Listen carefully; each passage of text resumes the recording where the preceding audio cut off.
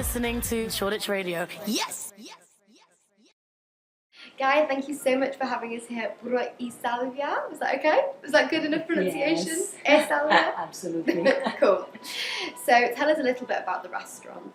Yeah, so at the moment we're sitting in the shop part of our space on Redchurch Street, but at the back you see we have our very intimate dining room. This was the whole idea from the very beginning, to create a traditional pastificio like we have in Italy, where we sell pasta, but also with a small dining space where people could really experience what we wanted to bring to London, so the authentic fresh pasta experience.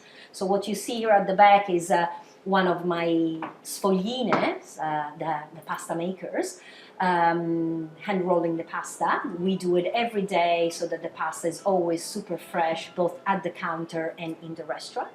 We work with different varieties. Of course, we have all the traditional pastas such as tagliatelle or pappardelle or some ravioli, whereas we think, however, we give an extra something because everything is hand rolled and you can really taste that difference. Make me so but we also work with a lot of unusual shapes, or I mean unusual for probably for London.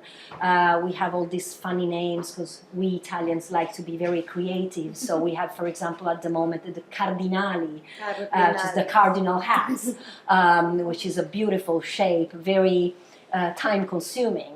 We do make the tortellini, which are the small ones, because the large ones are the tortelloni. So I did not know that. And then we have some words that are in dialect. For example, one of the key pastas we make here is from my region, Piemonte. It's called the plin, and it means the pinch, because we use our hands to pinch the pasta to seal it.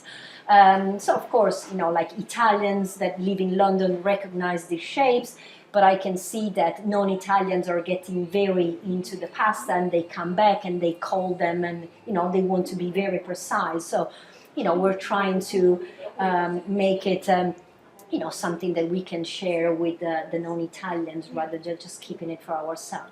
So people in Shoreditch are getting pretty excited about kind of like getting into making their own pasta. It's very authentic. It probably makes them feel very more involved in the cooking process and that kind of thing. Tell us about the kind of things that you've got going on at the moment with the people in the area. They get so excited to the point that we have a waiting list for our pasta workshop. So we started, you know, when we opened the shop 2.5 years ago, we started randomly, but then we realized that there was such a request. People want to get their hands dirty, they want to learn the true artisan skills, and with pasta it's easier than people think. And so at the moment we do 2 classes per week, one usually on weekdays, one during the weekend. We use the space, the dining space, when it's not busy, like the afternoon, and we invite guests, usually up to 8 people, to come and, you know, spend an hour and a half with us, where we teach all the tricks. Sometimes the classes focus on